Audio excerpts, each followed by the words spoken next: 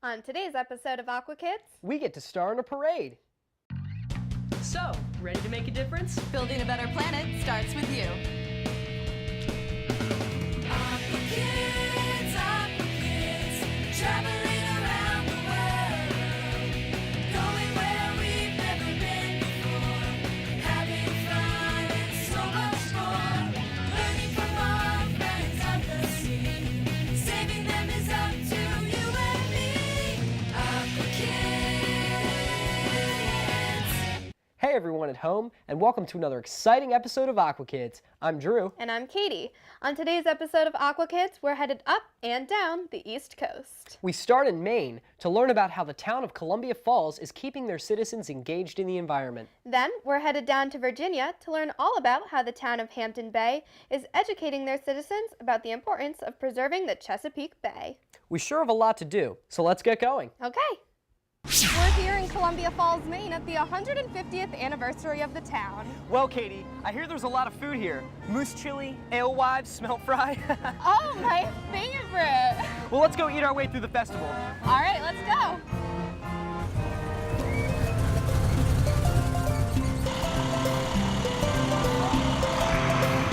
Here comes a bunch of Tin Lizzies.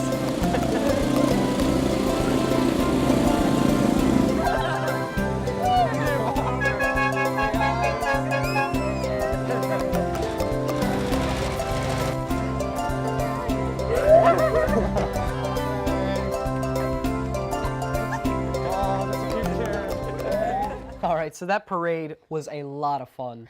It sure was. But let's go see what this day is really about. Now we're here with Dwayne from the Down East Salmon Federation. Dwayne, tell us what this day is all about. Well, today's a big celebration, 150-year anniversary of the town of Columbia Falls. And the falls you see right here, so this is the Pleasant River. Beautiful. And the town was formed because of the river. So it was settled first 150 years ago for that reason. The water power, the fish, and the salt marshes, which provided hay for the animals. Oh, cool. So this town is really fortunate in that it still has a good fishery here. So there's smelts, which spawn right here, right in this gravel that you see. Oh, cool. This is where the fish will come in and spawn each year.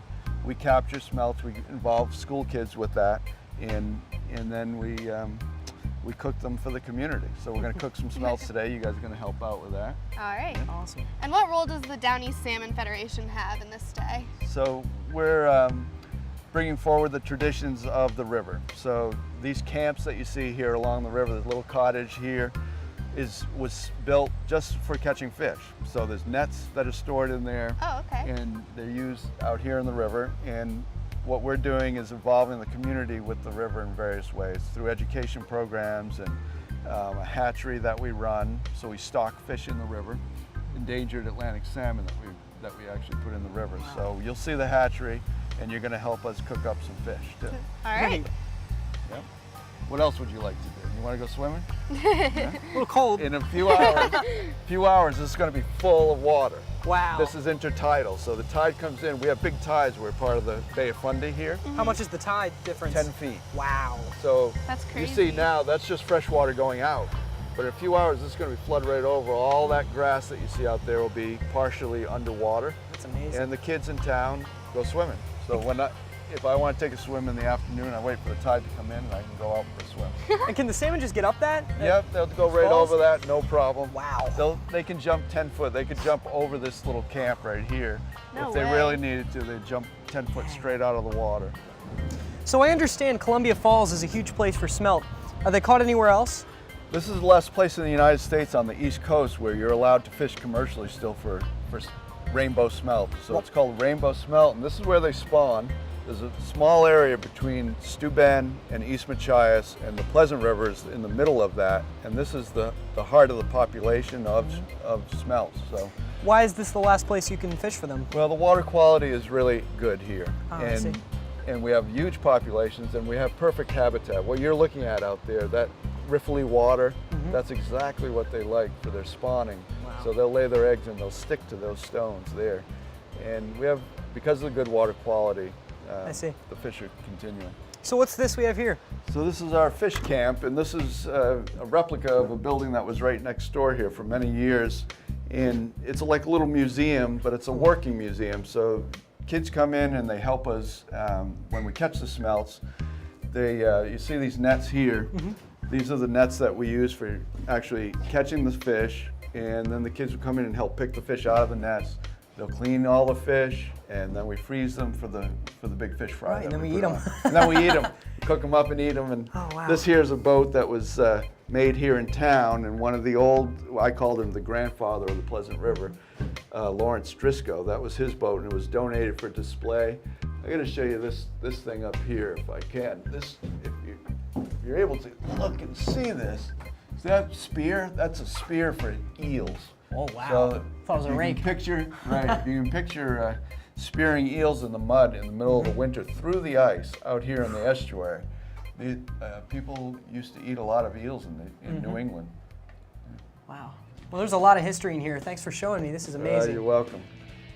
People fish for them also in the winter, right through the ice. So you see the old sled that they would neat. drag across the ice, and actually cut a hole in the ice and put a net down under the ice and pull it up Really? through another hole at the other end downstream. It was great to see that the town of Columbia Falls is determined to connect their citizens with the river and the surrounding environment.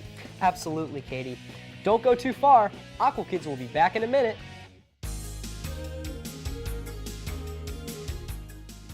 Aqua Kids presents another Aqua Kids Pop Quiz. Here's a fish story for you. What is the number of eggs produced by a female smelt per year? Is it A, 10 to 25,000, B, 33 to 75,000, or C, 100 to 150,000? Stick around and we'll have the answer after the break. We're back with the answer to today's Aqua Kids Pop Quiz. The answer is B, 33 to 75,000. The amount is dependent on the size of the fish. The number of eggs range from 33,400 eggs for a 6.5-inch fish to 75,600 for a 9-inch fish. Welcome back to Aqua Kids. We're going back to Columbia Falls to fry up some smelts. What we're doing today is we're going to bread the smelts with this fish fry batter. You dip it into the batter like this. You just throw them right in, okay? And then you take your hands and you go into them and you coat them. Go ahead. Yeah. Coat them with all over. So how do you cook these? Okay, how we cook them is after you put them into the batter there, we bring them here and we drop them into these fryolators. Okay. And the temperature on the fryolators has to be at 350 degrees because that you want it that hot so that they'll brown up and cook in minutes. I heard rumors that the smelts are ready. They sure are. Can I try one? Nice and golden brown. When you eat them, you can eat them bones and all, but some people prefer not to. And you take your fingers along the backbone, and you see the bone here, take it, and you just pull that bone right out. See how easy it comes out? Like that. Take your hand, don't be bashful. There you go. How's that? That's good. Guys, this is the moose chili I'm talking about. Oh Lord. Oh jeez. All right. Smooth chili. You can't sell moose meat in the state of Maine, so it's by donation or free. So we're giving you some to taste. I'll get Yeah. Here It's you yummy. Thank you. Thanks. Go. All right. Ready? Cheers. No, we're not gonna cheers. No, what is that? What?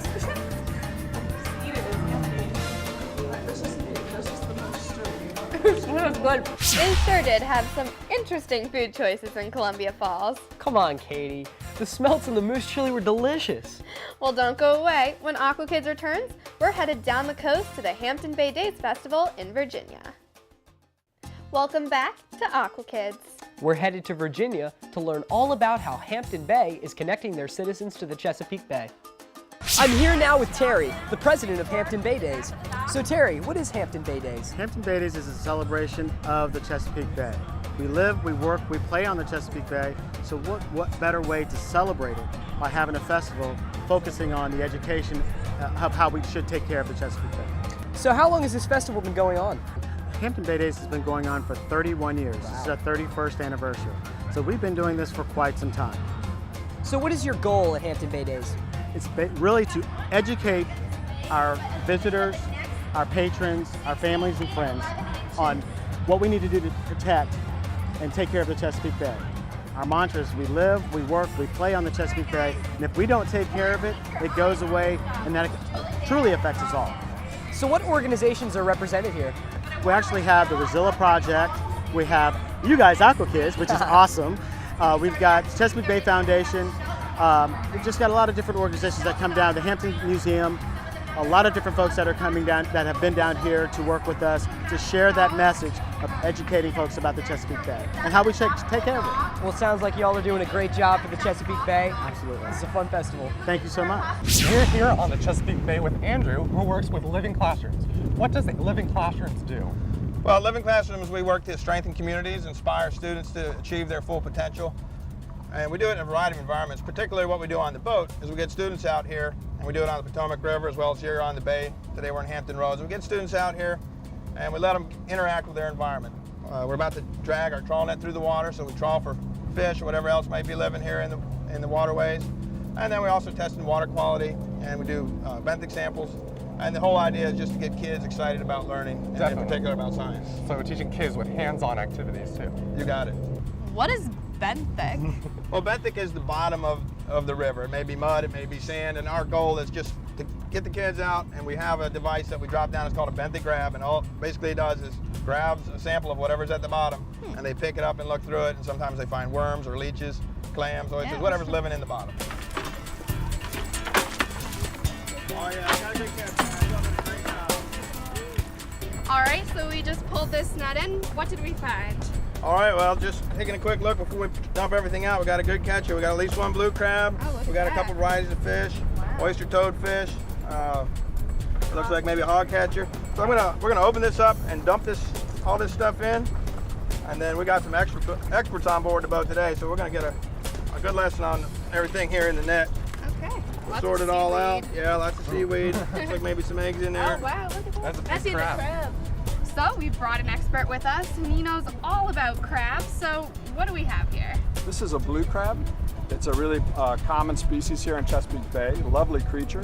Wow. Katie was just remarking about how lovely the blue colors are. And this is a female because she has the Capitol building on her abdomen here. The males have the Washington Monument. Notice that she has red claws.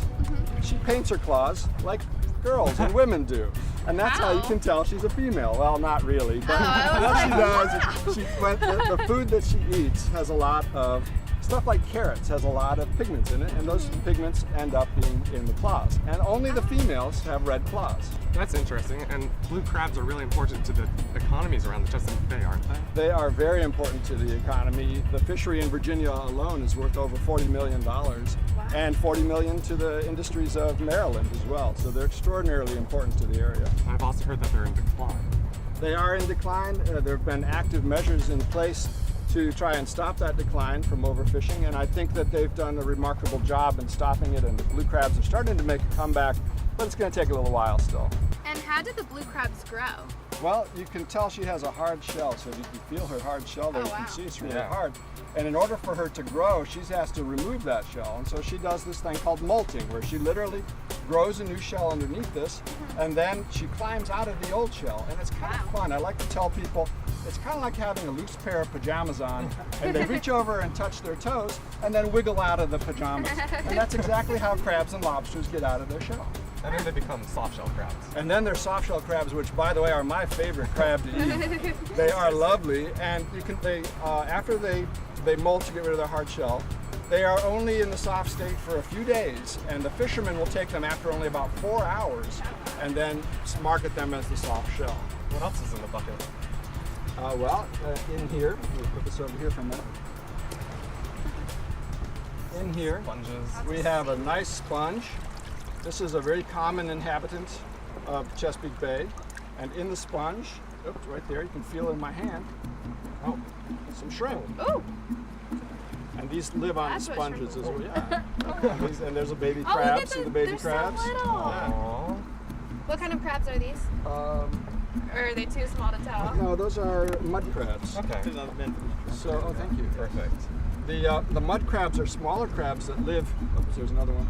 Ah, perfect Oh, that's a timing. big one. So this is This is a mud crab that lives in the sponges and the seaweeds of Chesapeake Bay. Nice. There are a number of species of this. There are probably 6 or 7 species of mud crabs that live here. Wow. They're rather drab, but some of them can be quite beautiful with purple colors and such. We're here now with Rachel from the Rosalia Project, and joining us today are Andrew and Alex, two very special Aqua Kids Club members. And today we're going to learn about the Rosalia Project. So what is the Rosalia Project and what do you do? Rosalia Project's mission is to find and remove marine debris, and we're working surface to sea floor through action, technology, outreach, and research. So action, technology, outreach, and research, how do you do that all? So we use a variety of everything from our hands to clean up the shoreline, to nets to skim the surface, and today we have our ROV, a remotely operated vehicle. So it's an underwater robot with a claw on the front, and we use that to search the sea floor, and when we find trash, we pick it up and bring it to the surface.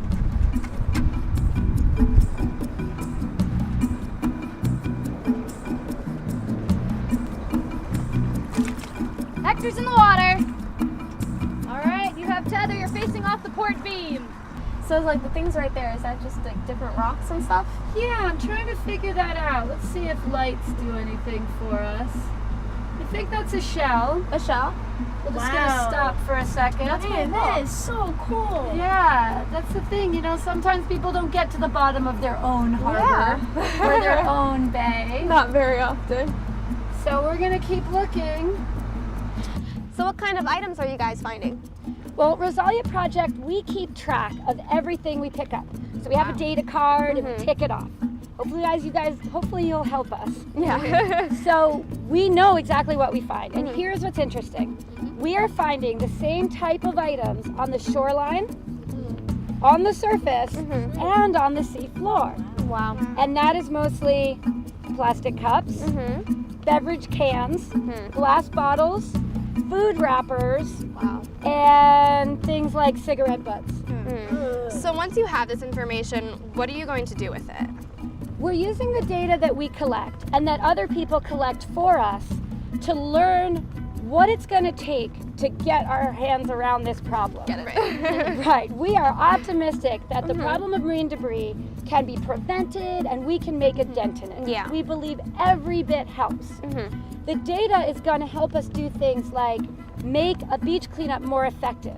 Because if we know that a certain beach is more covered in trash after a southerly wind, then if our beach cleanup is on a Saturday after a southerly wind, we can make everybody go to that beach and be more effective. Exactly. Apex predators, the guardians of our ecosystem, are vanishing. Polar bears are the largest land carnivore on Earth and live almost exclusively on sea ice that forms along the Arctic coast in places such as Alaska, Canada, and Russia. With a heavy pelt, thick layer of blubber and fur on the bottom of their feet, these aggressive predators are designed for the cold. Polar bears prey on a variety of animals, however, seal is their primary food source. Remains left from a polar bear meal sustain a host of Arctic scavengers. There are only about 25,000 polar bears left in the wild. Global warming has stunted the development of sea ice, making it nearly impossible for this animal to hunt and thrive. Sadly, at their current rate of decline, these fantastic creatures could be extinct within 3 decades. Find out ways you can help the polar bear and other apex predators on our website.